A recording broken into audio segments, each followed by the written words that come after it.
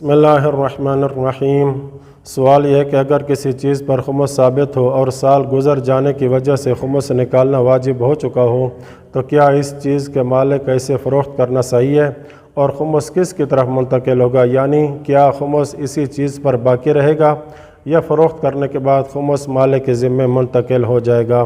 تو جواب میں آیت اللہ سیستانی فرماتے ہیں، اس کے جواب سے پہلے ایک مختصر سی تمہید کو سمجھنا ضروری ہے۔ وہ یہ کہ خرید و فروخت دو طرح کی ہوتی ہے۔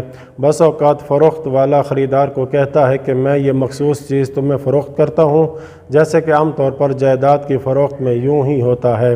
پس اس طرح کی خرید و فروخت میں فروخت کرنے والا مشخص اور معین چیز کو فروخت کرتا ہے، اسے کہتے ہیں جو چیز فروخت کی گئی ہے وہ معین ہے۔ جبکہ بعض اوقات خرید و فروخت یوں ہوتی ہے کہ فروخت کرنے والا خریدار کے ساتھ یوں معاملہ کرتا ہے کہ میں تمہیں 100 کلو چاول فروخت کرتا ہوں، لیکن 100 کلو والی بوری کو معین کیے بغیر۔ اس طرح کے معاملے میں جو چیز فروخت کی گئی وہ معین نہیں ہے بلکہ مالک کے ذمہ میں ہے، کیونکہ اس نے معین نہیں کیا کہ کون سی 100 کلو کی بوری فروخت کر رہا ہے، بلکہ اس نے غیر معین 100 کلو چاول فروخت کیے ہیں۔ اسی وجہ سے مالک کو اختیار ہے کہ اپنی دکان یا سٹور میں سے کوئی سی بھی 100 کلو کی بوری خریدنے والے کو دے سکتا ہے۔ اس کو کہا جاتا ہے کہ جو چیز فروخت کی گئی ہے وہ کلی یعنی غیر معین ہے۔ اس تمہید کے بعد مذکورہ بالا جواب کی دو صورتیں بنتی ہیں۔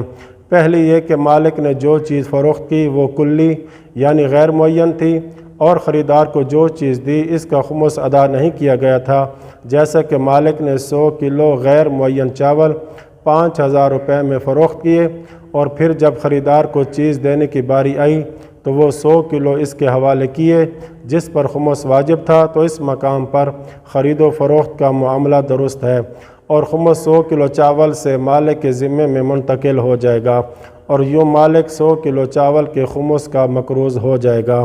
یعنی اگر اس کی قیمت 5000 تھی تو وہ 5000 پر 1000 روپے کے خمس کا مقروض ہوگا۔ جواب کی دوسری صورت یہ کہ خرید و فروخت کا معاملہ اس معین اور مشخص چیز پر ہو جس پر خمس واجب ہو۔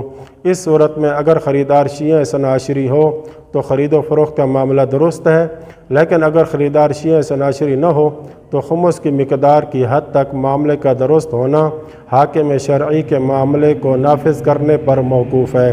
پس دونوں صورتوں میں چاہے خریدار شیعہ اثنا عشری ہو یا نہ ہو، اگر حاکم شرعی معاملے کو نافذ قرار دے تو خرید و فروخت کا معاملہ درست ہوگا اور خمس اس چیز سے قیمت کی طرف منتقل ہو جائے گا۔ پس اگر مالک ایک معین کھیت 50 لاکھ میں فروخت کرے تو چونکہ یہاں فروخت کی جانے والی چیز معین ہے تو فروخت کرنا درست ہے اور خمس کھیت سے 50 لاکھ کی طرف منتقل ہو جائے گا اور یوں 50 لاکھ کا خمس نکالنا واجب ہوگا۔ وصلی اللہ علی محمد وآل بیتہ۔